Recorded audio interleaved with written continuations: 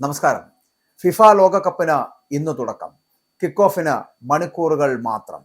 48 ടീമുകൾ, 104 മത്സരങ്ങൾ, ഒരൊറ്റ സ്വപ്നം മാത്രം. ഫിഫ ലോകകപ്പ്. ഫിഫ ലോകകപ്പ് തുടങ്ങുന്നത് ഇന്ന് തുടക്കം കുറിക്കുന്നു.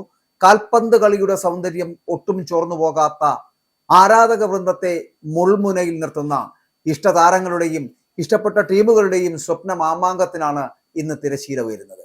ഇനി ഉറക്കമില്ലാത്ത 50ഓളം ദിനങ്ങളും 80ഓളം മത്സരങ്ങളുമായി മാധുര്യത്തിന്റെ നാളുകളാണ്.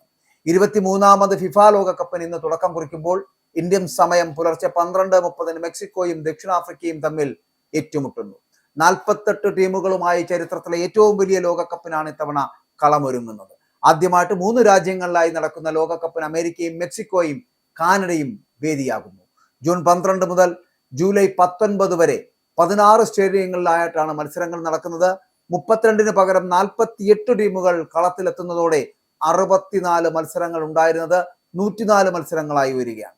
ട്രിയോണ്ട പന്തും കൃത്യത ഉറപ്പുവരുത്തുവാനുള്ള പുത്തൻ സാങ്കേതിക വിദ്യകളും തുടങ്ങി നിരവധി മാറ്റങ്ങളോടെയാണ് ലോകകപ്പ് ആരാധകർക്ക് മുന്നിലേക്ക് എത്തപ്പെടുന്നത് എന്നുള്ളതാണ്. മാത്രമല്ല, കിരീടം നിലനിർത്താൻ ചാമ്പ്യന്മാരായിട്ടുള്ള അർജന്റീനയും 6ാം ലോകകപ്പ് ലക്ഷ്യമിട്ട് ബ്രസീലും ലോകകപ്പിന് സജ്ജമായി കഴിഞ്ഞു.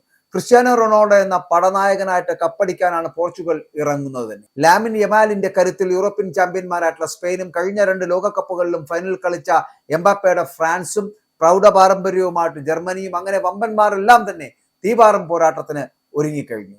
കളത്തിനകത്തെ പോരാട്ടങ്ങൾക്കപ്പുറം കളത്തിനു പുറത്തും നാടകീയ സംഭവങ്ങൾ അരങ്ങേറിയേക്കും.